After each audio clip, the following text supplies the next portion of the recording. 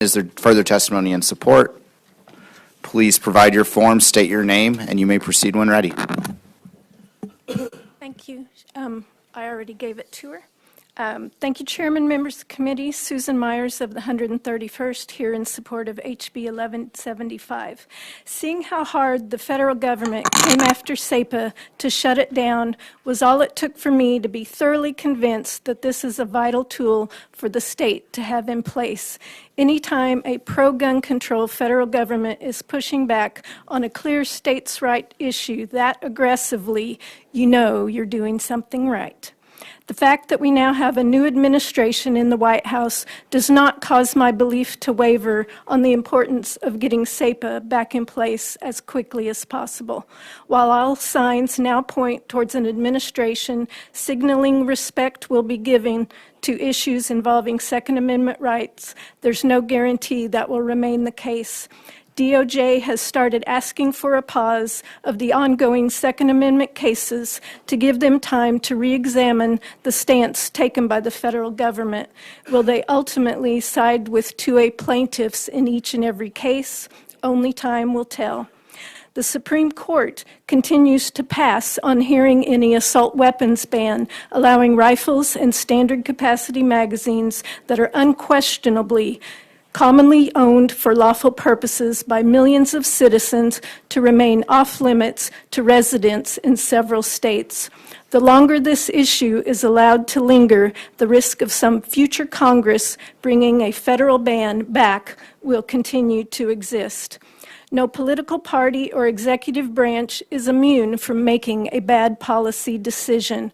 Whether the goal of implementing additional gun control is clear and intentional, as with the previous administration, or instead comes about after some horrific incident when public pressure is ginned up and mounted upon weak leaders being told to do something.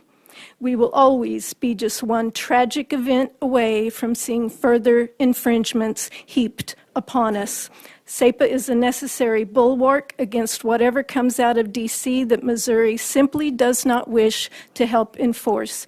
Bring it back, build it with a simple, strong message of intent that cannot be misconstrued as going any further than the anti-commandeering doctrine that it is and always was soundly based upon. Thank you. And the only other thing I would say is some of the federal laws that I find objectionable are because they aren't even actual laws that Congress passed. It's when agencies start reinterpreting the rules after 30 years and all of a sudden millions of gun owners are now potential felons. So. Questions for this witness? Representative Smith. I appreciate your testimony. I think you testified on another bill earlier this session on one of our other committees. Susan Myers, is that right? Yes, sir. Yeah, yes. you were at a national conference recently, or you spoke at something. Yes, Second Amendment Foundation Gun Rights Policy right. Conference, yes. You know, my cousin is, I think it's safe to say guns are his hobby, and he said something to me years ago that I really took to heart. He said, you know, anytime there's a tragedy, a shooting, legislators run to the Capitol and they file bills that wouldn't even prevented the shooting in the first place. So one specific thing happened and they file these other bills which wouldn't have stopped that. So I've always thought about that, and anytime I've ever drafted anything, I've thought along those lines. Like, let's not just create 10 new laws that wouldn't have even stopped that one thing that even happened.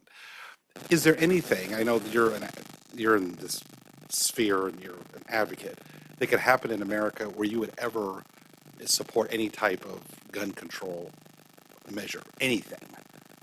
Well, I would look at people control, behavior control. The gun is a tool.